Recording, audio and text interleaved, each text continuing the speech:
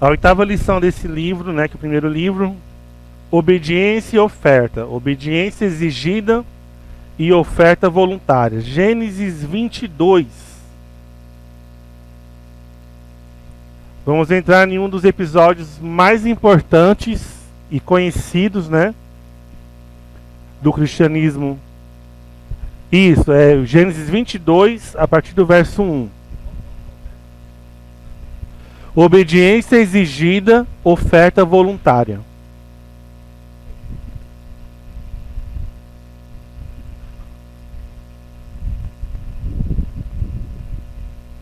Amém? Oferta voluntária.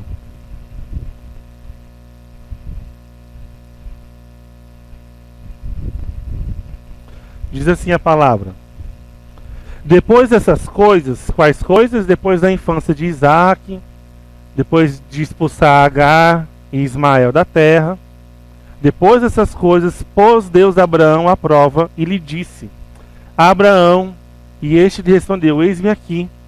Acrescentou Deus: toma teu filho, teu único filho Isaque, a quem amas, e vai-te à terra de Moriá.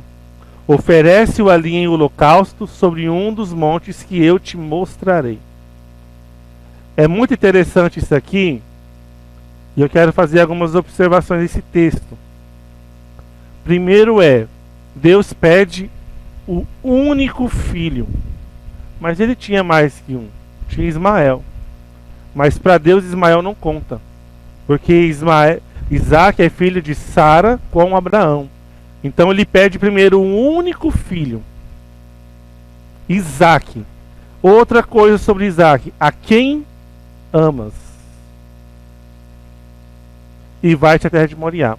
Essas duas características que Deus pede de Isaac: pega o seu único filho, o filho a quem você ama, e vai ao monte de Moriá e oferece-o ali como holocausto sobre um dos montes que eu te mostrarei. Se você já conseguiu imaginar Deus pedir isso para você? Ó, pega o teu único filho, ou não precisa nem ser um único filho. Pega um de seus filhos. Pode ser aquele que você menos ama. Já seria difícil. Né? Não tem como, né, fazer o que menos ama, é tudo igual, né? Agora imagina ter um único filho só. Um único filho, você vai pegar esse seu filho e você vai oferecer ele em sacrifício. É interessante que sacrifícios humanos acontecem desde antes de Abraão. Abraão vem de uma terra politeísta onde possivelmente havia sacrifícios humanos. Então para Abraão não era estranho oferecer um sacrifício humano. Estranho era Deus pedir isso. Porque o Deus que ele conhecia, Deus não aceita sacrifícios humanos. Deus nunca aceitou. Deus proibiu o povo de Israel de fazer sacrifícios humanos. Mas agora esse mesmo Deus pede que Abraão sacrifique o seu único filho. Por que que Deus faz isso? Primeiro porque isso aqui é uma exemplificação do que viria a acontecer mais tarde, na pessoa de Jesus Cristo. Isaac é a exemplificação do que Jesus faria. Porque Jesus é o único filho. E o filho é quem Deus ama. Lembra do batismo de Jesus? Este é meu filho amado, em quem eu tenho muito prazer. Então aquilo que Deus pediu para Abraão é aquilo que o próprio Deus fez mais tarde. Deu o seu único filho e o filho a quem ele amava. É por isso que Deus faz essa comparação e pede isso para Isaac, para Abraão. Em Gênesis 22:3 diz assim: levantou-se, pois, Abraão de madrugada, e tendo preparado o seu jumento, tomou consigo 2 dos seus servos e a Isaac, seu filho. Rachou lenha para o holocausto e foi para o lugar que Deus lhe havia indicado. E ao terceiro dia, erguendo Abraão os olhos, viu o lugar de longe. Amados, Isaac já não era muito novinho aqui. Às vezes a gente tem a impressão de que Isaac foi forçado a ir para o sacrifício. Isaac não foi forçado. Ele sabia que aconteceria um sacrifício, mas chegando lá, muito possivelmente Abraão explicou para Isaac: filho, Deus pediu para que eu te sacrificasse. E é muito interessante a obediência não só de Abraão, mas também a de Isaac, de crer no pai dele e crer em Deus e de obedecer sem relutar. Que a Isaac podia relutar ali, assim, não vai me matar não. Mas a fé que Abraão transmitiu para Isaac era muito grande, ao ponto de Isaac também obedecer junto com Abraão. E Abraão ele chega ao ponto de quase matar, tanto que Deus considera aquilo como sacrifício. Abraão levanta o cutelo e quando vai para matar, o anjo aparece em Abraão, não continue fazendo o que você vai fazer, porque Deus já viu que você é obediente, Deus já reconheceu a sua fé. E ele olha para o lado e viu o cordeiro. E é muito interessante quando Isaac pergunta para Abraão, fala assim: pai, aqui está a lenha, aqui está o fogo, aqui tem tudo, mas cadê o cordeiro? Cadê o sacrifício? O que Abraão fala? Deus proverá para si o cordeiro. Depois que o anjo impede Abraão de matar Isaac, ele olha para o lado e vê um cordeiro preso entre os arbustos. Então ele pega aquele cordeiro e sacrifica. Mas tem algumas lições que nós aprendemos aqui no Monte Moriá, onde aconteceu essa prova de fé de Abraão. Primeiro é um teste de fé nas promessas de Deus. Olha só, abre lá em Hebreus 11. É muito importante esse texto de Hebreus 11, porque o Novo Testamento explica o Antigo. Então, para a gente entender 100% essa história de Isaac e de Abraão, a gente precisa ler esse texto. Hebreus 11, a partir do verso 17. Pela fé, Abraão, quando posto à prova, ofereceu Isaac. Estava mesmo para sacrificar o seu unigênito, aquele que acolheu alegremente as promessas a quem se tinha dito. Então aqui fala que ele ia sacrificar o único filho, que é o significado de unigênito, que ele acolheu alegremente as promessas. Isaac era a promessa que Deus tinha dito. Em Isaac será chamada a tua descendência. É o que Deus prometeu para Abraão. Guarde isso. Deus falou, em Isaac será chamada a tua descendência. Porque considerou que Deus era poderoso até para ressuscitá-lo dentre os mortos, de onde também figuradamente o recobrou. Abraão, ele não esperava que Deus impedisse que matasse Isaac. Abraão acreditava que Deus poderia ressuscitar Isaac dos mortos, depois de morto. Então Isaac, se não fosse o anjo, Abraão ia matar Isaac. Porque a fé de Abraão não era que Deus impediria a morte, mas que Deus ressuscitaria Isaac da morte. Você vê o nível de fé de Abraão. Porque ele sabia, Deus me prometeu que em Isaac é minha descendência. E aqui eu quero fazer um outro paralelo. Eu não sei se eu vou conseguir achar, era para mim ter anotado esse texto, não está aqui no livro. Mas eu acho que eu consigo achar ele aqui. Que para mim são detalhes que a gente deixa passar, mas que é muito poderoso. Que a Bíblia vai se explicando aos poucos. Aqui, ó. Abre lá em João 8. Jesus está tendo uma discussão com os fariseus sobre guardar ou não sábado. Eles entram na questão de Abraão. João 8, a partir do verso 56. E os fariseus falam assim, nosso pai é Abraão, mas de você nós não sabemos quem é o seu pai. E Jesus fala assim, não, o pai de vocês não é Abraão, o pai de vocês é o diabo, que vocês não ouvem a voz de Deus. Abraão ouvia a voz de Deus e vocês não ouvem. E aí, olha só o que diz Jesus falando. Seu pai Abraão exultou com a expectativa da minha vinda. Ele a viu e se alegrou. Não sei se você compreendeu o que Jesus está falando aqui para eles. Olha, Abraão viu o meu dia. Qual é o dia que Jesus está falando? O dia da sua morte, da sua crucificação e da sua ressurreição. Abraão, lá atrás, Deus já tinha revelado e mostrado para Abraão Jesus Cristo morrendo ressuscitando para salvar o povo de Israel. A visão Abraão já tinha. Então, da onde que vem a fé de Abraão? De ver algo que aconteceria milênios depois e crer que Deus poderia fazer aquilo naquela hora. Porque da mesma forma que ele vê Jesus morrendo e vê Jesus ressuscitando, ele vai para o Monte Moriá e leva Isaac para matar. Porque ele saberia que Deus poderia ressuscitar Isaac da morte. Então, a fé, é por isso que Abraão é tido como o pai da fé, porque Deus mostrou um futuro, Deus revelou para ele o que ia fazer, e ele acreditava tanto naquilo que naquele momento que ele foi levar o filho assim, eu sei que Deus pode fazer, eu vi ele fazendo. Mas ele viu em visão, ele não viu realmente, presencialmente, mas ele viu em visões. E assim mesmo ele leva o filho para o sacrifício, crendo que Deus pode livrar da morte. Amados, é por isso que a gente fala muito. Deus te prometeu, Deus te mostrou, acredita. A fé é trazer à existência aquilo que não existe ainda. Mas para Deus já existe. Porque Deus já disse, Deus já falou, Deus já profetizou, Deus já prometeu. Então já existe no mundo celestial, já está concretizado.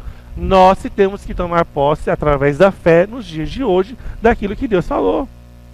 E isso é a fé que Abraão revela para a gente ali no Monte Moriá. Outra lição de Moriá, uma representação do sacrifício de Jesus. Como eu falei, da mesma forma que Abraão foi capaz de oferecer seu filho, Deus também foi capaz de oferecer o filho dele. Eu gosto muito de fazer essa comparação, só em Isaías 53:7. E aqui é a comparação com Isaac, porque eu falo que Isaac, antes de ser amarrado no altar do holocausto, ele saberia também, tinha a mesma fé que seu pai. Isaías 53:7 diz: ele foi oprimido e humilhado, mas não abriu a boca, e como cordeiro foi levado a matadouro, e como ovelha muda perante os seus tosqueadores, ele não abriu a boca. Isso aqui é uma comparação justamente com o sacrifício de Isaac e de Jesus. Isaac em momento algum questionou o pai dele, Isaac em momento algum falou que não queria morrer, Isaac em nenhum momento duvidou ou questionou. Ele foi também levado para ser sacrificado por livre e espontânea vontade. Claro que Abraão explicou, ensinou, não só o filho dele a obedecer a ele, mas a crer no poder de Deus. E essa é uma das coisas mais valiosas e algo impressionante no povo judaico. Eles ensinam os seus filhos a seguirem os princípios de Deus. E talvez seja esse o maior problema do cristianismo no mundo hoje. Pais cristãos não ensinam seus filhos a temerem a Deus. Pais cristãos não ensinam seus filhos a ter fé em Deus. Pais cristãos não ensinam os princípios de Deus para os seus filhos. Infelizmente, transferem isso para a igreja, para o pastor, para o líder de jovem, para o líder do ministério infantil, mas não tem capacidade de em casa ensinar os seus filhos a amarem e obedecerem a Deus. Não fazem culto doméstico, não leem a Bíblia com seus filhos, não oram junto com seus filhos e depois quer que seus filhos se tornem hipercrentes, santos e maravilhosos. Não existe isso. A fé precisa ser passada de pai para filho. Os pais ensinando seus filhos. E isso o povo judeu faz. E não só o povo judeu. O povo muçulmano, eles sabem reproduzir a fé deles em seus filhos. E os cristãos vivem esse marasmo de, não, a igreja cuida, fulano cuida. Não, meu irmão, é nossa, é sua função como pai, como mãe, ensinar o temor, que é o princípio da sabedoria. Amém? E o último estudo de hoje, não é um estudo puramente aqui do livrinho, mas eu quero falar sobre ele, que é sobre oferta voluntária. Na história de Abraão, acontece um caso extra. A gente vai voltar um pouquinho na história, para vocês entenderem. Deixa eu ver se aqui no mapinha tem. É para ter. Aqui. Se você olhar aí no seu mapa, a gente vai ter aqui Berseba, que é mais ou menos onde morava, como fala? Abraão, Isaac. E mais pra cima você vai ver o nome chamado Salém. Você tá vendo Salém? Oi? Achou Salém aí? O que tem Salém a ver com isso? Lembra que Abraão levou Ló junto para a terra de Canaã? E Deus falou para levar só a parentela e ele levou Ló junto. O que aconteceu? Os pastores de Abraão começaram a brigar com os pastores de Ló. Ambos cresceram muito, prosperaram muito. Então Abraão falou assim, a gente tem que se separar. Você vai para o seu canto, eu vou para o canto. Escolhe para que canto você quer ir. Então Ló escolhe, olhando a terra, escolhe a melhor terra daquela época e vai embora para onde? Para a região de Sodoma e Gomorra. E Abraão fica mais para cá. O que acontece? Invadem as cidades de Sodoma e Gomorra, levam cativo Ló e todos os seus bens e suas mulheres, levam embora como prisioneiros. Então Abraão vai ajudar a libertar esse povo. Ele guerreia contra os 5 reis ali da região que estavam mantendo preso Ló e toda a sua família. Ele resgata Ló, vence esses reis, resgata Ló, traz para cá e ele encontra quem? Melquisedeque. Esse personagem Melquisedeque é importantíssimo para a história da nossa fé. Porque primeiro, e aí vai entrar, porque que eu falo, vocês assistirem aquele vídeo que eu mandei hoje, que vai falar sobre Melquisedeque. Melquisedeque, ele é dito como o rei de Salém. Tá vendo aqui Salém no mapa, né? Salém hoje é a cidade de Jerusalém. Salém é o nome antigo de Jerusalém. É a mesma cidade. Jerusalém e Salém é a mesma cidade. Porque depois fala Salém dos Jebuseus, por isso que é Jerusalém. Antigamente não tinham Jebuseus. Os Jebuseus entram nessa terra posteriormente. Aí vão lembrar dos Jebuseus quando Josué invade a terra de Canaã para conquistar a terra e eles vão lutar contra os Jebuseus. Quem vence os Jebuseus na época é Davi, que expulsa eles e conquista a cidade de Jerusalém. Mas nessa época de Abraão, a cidade se chamava Salém. E ali havia um rei que também era sacerdote, chamado Melquisedeque. Abraão volta da guerra, resgatando Ló, e a Bíblia diz que ele dá o dízimo de tudo que ele conquistou para quem? Para Melquisedeque. Só se dava ofertas e dízimo para sacerdotes. A Bíblia diz que Melquisedeque era sacerdote do Senhor. O mesmo Deus que Abraão servia, Melquisedeque já era sacerdote. Nós não sabemos a origem de Melquisedeque, nós só sabemos que ele era sacerdote e que morava em Salém. No vídeo que eu mandei para vocês, os arqueólogos vão explicar que possivelmente eles acharam um dos templos onde Melquisedeque exercia o seu sacerdócio.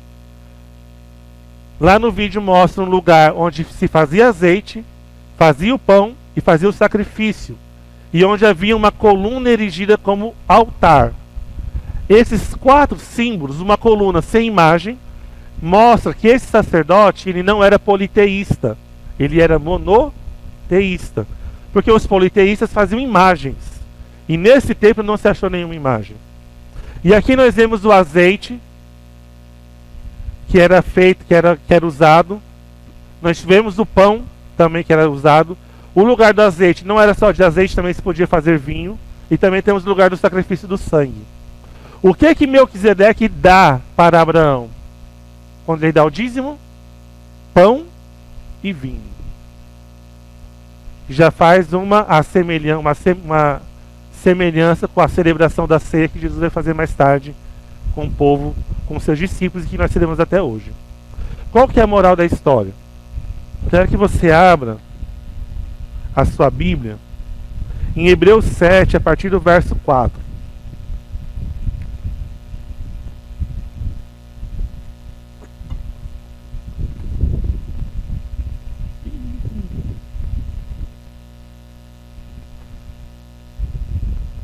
Hebreus 7, a partir do verso 4. Diz assim a palavra: Considerai, pois, como era grande esse a quem Abraão, o patriarca, pagou o dízimo tirado dos melhores despojos. Ora, os que dentre os filhos de Levi recebem o sacerdócio têm mandamento de recolher, de acordo com a lei, os dízimos do povo, ou seja, dos seus irmãos, embora tenham estes descendido de Abraão. Entretanto, aquele cuja genealogia não se inclui entre eles, recebeu dízimos de Abraão e abençoou o que tinha as promessas. Evidentemente, é fora de qualquer dúvida que o inferior é abençoado pelo superior. Qual que é a explicação aqui da Bíblia? Olha, Abraão deu dízimo para Melquisedeque. Os levitas, eles recebiam dízimos dos seus irmãos. E tanto os levitas como as outras tribos descendiam de Abraão. E os levitas não eram maiores que os seus irmãos. E é sem dúvida, como aqui diz, é fora de qualquer dúvida que o inferior é abençoado pelo superior. Só quem é superior pode abençoar o inferior. O inferior não abençoa quem é superior. Então, quando Abraão dá o dízimo a Melquisedeque e Melquisedeque abençoa Abraão, quem está dizendo? Melquisedeque é superior a Abraão. É por isso que a Bíblia vai dizer que Jesus é sacerdote segundo a ordem de quem? De Melquisedeque. Jesus, ele não é sacerdote derivado da lei de Israel, mas antes da lei, por Melquisedeque. Em Salmo 110:1 diz assim, o versículo 4: O Senhor jurou e não se arrependerá. Tu és sacerdote para sempre, segundo a ordem de Melquisedeque. Isso aqui é uma profecia sobre Jesus. Então, eu vou falar um pouquinho mais sobre o dízimo, porque foi o dízimo que Abraão deu para Melquisedeque. Acho que alguém perguntou na aula passada sobre a questão do dízimo, né, da lei. O dízimo, ele é anterior à lei nesse sentido. Abraão já deu o dízimo para Melquisedeque antes de existir Moisés e lei. Jesus é sacerdote segundo a ordem de Melquisedeque. Qual que é a lógica?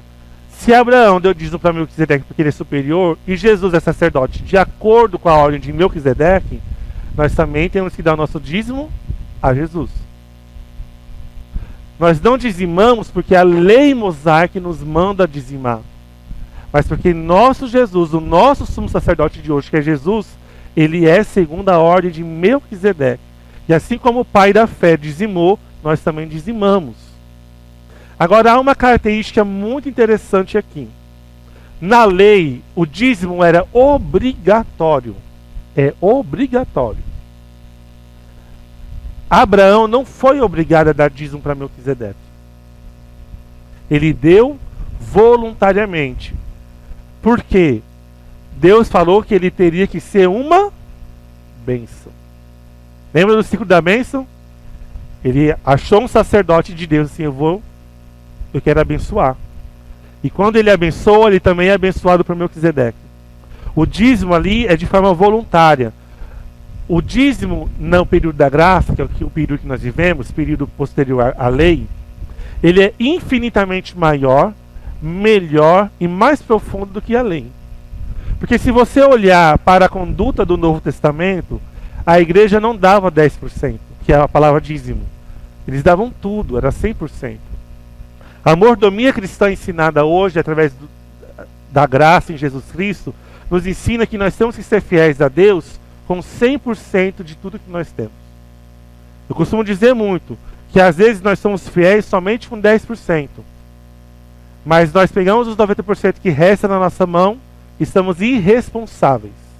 E não administramos de acordo com a vontade de Deus. A gente acha que é só dar 10% para a igreja, os 80% eu faço o que eu quiser. Não, meu irmão, não é seu dinheiro. Tudo é de Deus. O que fica na sua mão é para ser bem administrado. Isso é mordomia cristã. Amém? Glória a Deus. Para finalizar, há uma estreita correlação entre as duas histórias. Primeiramente, tanto ali a história de Abraão e de Isaac, a gente vai ver muita soberania de Deus e a providência de Deus na vida de todo o povo e dos patriarcas. Deus vai escolhendo, Deus vai definindo, Deus vai guiando eles pelo caminho que Deus já tinha preparado. Isso não anula a vontade própria do homem. Porque a gente vai ver Abraão errando, a gente vai ver Isaac errando. Mas independente dessas coisas, nós vemos que mesmo nos nossos erros, Deus nos guia em sua santa providência e infinita escolha. Amém? Alguma dúvida? Questionamento? Fome? Sim. Amém? Vamos